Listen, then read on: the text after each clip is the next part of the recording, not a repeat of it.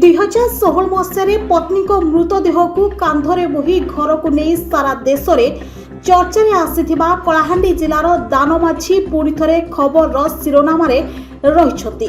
ତାଙ୍କ ଜୀବନର ସେହି ହୃଦୟ ବିଦାରକ ଘଟଣାକୁ ଆଧାର କରି ନିର୍ମିତ କ୍ଷୁଦ୍ର ଚଳଚ୍ଚିତ୍ର ଲାଶକୁ ନେଇ ସେ ଆଇନର ଦ୍ୱାରସ୍ଥ ହୋଇଛନ୍ତି।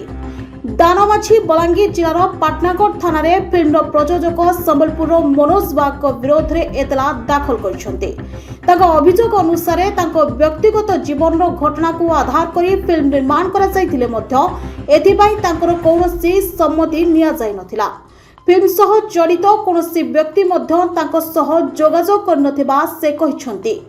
2016 ଭବାନୀପାଟଣା ଜିଲ୍ଲା ମୁଖ୍ୟ ଚିକିତ୍ସାଳୟରୁ ଆମ୍ବୁଲାନ୍ସ ନ ମିଳିବାରୁ ଦାନମାଝୀ ନିଜ ପତ୍ନୀ ଅମାଙ୍ଗ ଦେଈଙ୍କ ମୃତଦେହକୁ କାନ୍ଧରେ ବୋହି ଘରକୁ ନେଇଥିଲେ। ସେହି ଘଟଣା ସ୍ୱାସ୍ଥ୍ୟ ବ୍ୟବସ୍ଥାର ଦୁର୍ବଳତା ଓ ମାନସିକତାର ଏବଂ ମାନବିକତାର ପ୍ରଶ୍ନକୁ ସାମ୍ନାକୁ ଆଣିଥିଲା ଏବଂ ସାରା ଦେଶରେ ଆଲୋଡ଼ନ ମଧ୍ୟ ସୃଷ୍ଟି କରିଥିଲା। ବର୍ତ୍ତମାନ ଲାଶ ଫିଲ୍ମକୁ ନେଇ ଉଠିଥିବା ଏହି ବିବାଦ ଏବେ ନୂଆ ମୋଡ଼ ନେଇଛି। ଦାନମାଝୀଙ୍କ ଅଭିଯୋଗକୁ ଆଧାର କରି ପାଟନାଗଡ଼ ପୁଲିସ ମାମଲାର ତଦନ୍ତ ଆରମ୍ଭ କରିଛି।